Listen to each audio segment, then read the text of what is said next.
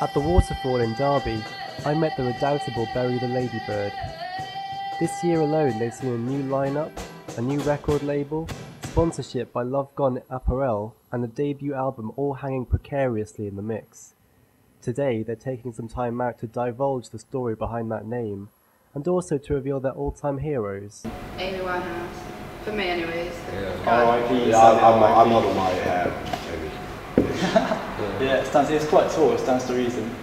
I'd take a lot from like Jimi Hendrix, AC/DC, a lot of the like classic rock bluesy sort of guitar riffs. And then I've got a bit of an obsession with Foo Fighters recently, so you'll hear a lot of that coming through in the new stuff.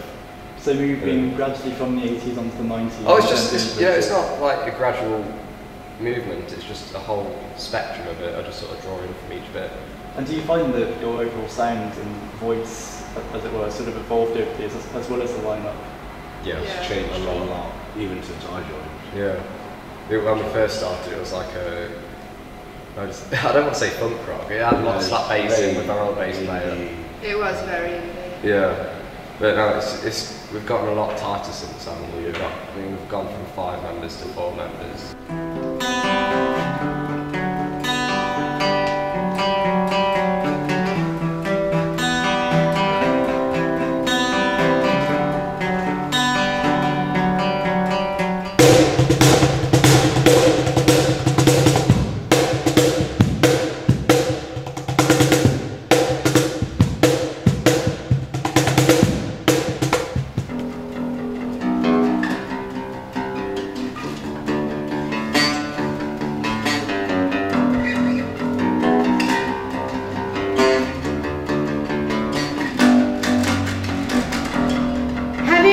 Trying to live a life, it's easier said than done, so try it out and tell me it's easy, and tell me it's easy. Do you dominate the group? No, I don't dominate the group. As if I do. She doesn't. I know, I don't. I'm just me. Without it sounding really cliche and stuff, but it's about, rather than trying to be cool, actually doing what you want to do rather than trying to fit into what you think everyone wants you to do. Because if you just stay true to who you are rather than following the crowd, then people will pick up on that. You feel like you've really honed in on like where the band's going. And yeah, it feels like a totally new band now, doesn't it? Yeah, totally. the past 10% before. Yeah, it's basically a new band with the same name. And where does the name come from, Bury the Ladybird? Oh, right. Well, right. Me and my old drummer were on the phone. He was at work, a bit bored. His name was also Matt. I went, Matt, what are you doing? He went, mate, I'm just going to bury a ladybird. And I thought as a joke, I went, do you want to just call it Bury the Ladybird? It's just sort of stuck since. So. Yeah. Of course, it's a very, very sort of tame Pulp Fiction kind of scenario. Pretty much, yeah.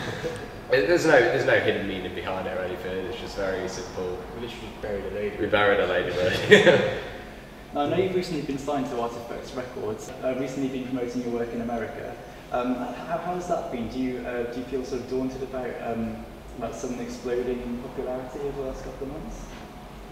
Not really, It's always been very steady over the past quite a few months, right? Yeah, it's not like it's just sort of exploded. We're still gradually going up. Obviously, that's helped a lot. But you know, it's nice to have some support, really, isn't it? It's good to know that it's going elsewhere than just in the UK. Yeah. And I was wondering, do you see yourselves as more of a mainstream act, or would you like to remain sort of a Derby-centric? We have been told that we're kind of in the middle between the mainstream and underground. Yeah, not just like honed in Derby, obviously, like all over, but yeah, like Seb was saying, people have said, I mean, there's a lot of mainstream aspects of ours, like Tiggy's vocals, song structures, they're all quite, I don't want to say standard. No, we try and write our songs with sort of like popular influences, but without making them just another pop song.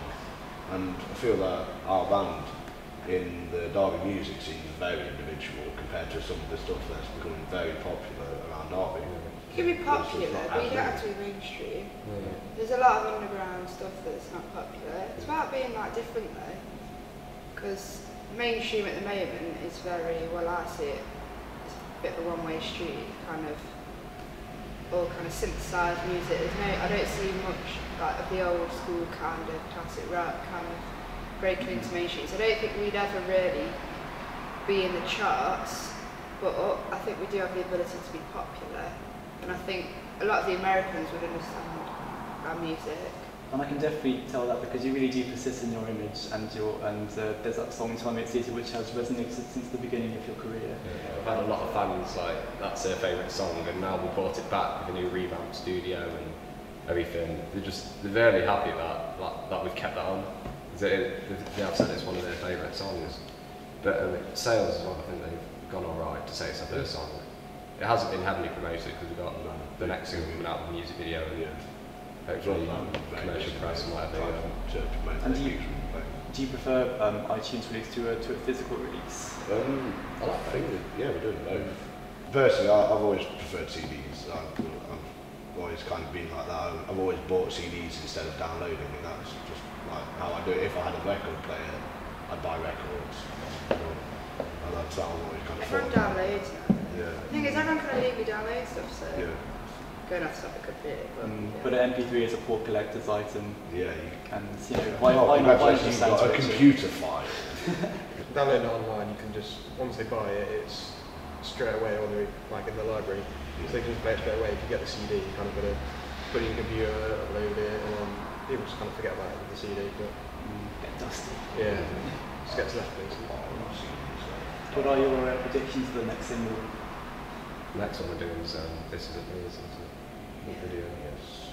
I think that'll go down. Yeah, we'll be releasing it at the same time as the music video. Is it? Or Yeah, that's right. People like to see your character. It's like you can get a degree of someone's character, but you know, like the whole band, they want to see what you are like. I know it's sort of condensing all of your stage presence into one sort of 3-minute. Especially with this being our first video. Yeah. This being our first video. Oh yeah. It kind of sets a precedent and sort of gives everyone sort of idea, if they've never met us or seen us, what we're going to be like. So it's kind and that brings me on to ask, what are you going to be like? What predictions do you have for the future? We're going back in the studio. In October. October. End of October for 4 weeks. Yeah. We'll probably go at that, maybe even get a tour sorted out when we've got the band and everything. But there is a t-shirt, and one day there will be a t-shirt with all the dates on the back. Right. Yeah. And it'll say Wembley, just the one UK show. Nebworth. Yeah, exactly. So, hopefully it'll get to that point. Yeah, so I hope so too, and it's been such a pleasure talking to you, and I really do wish you all the best for your new single. Thank you.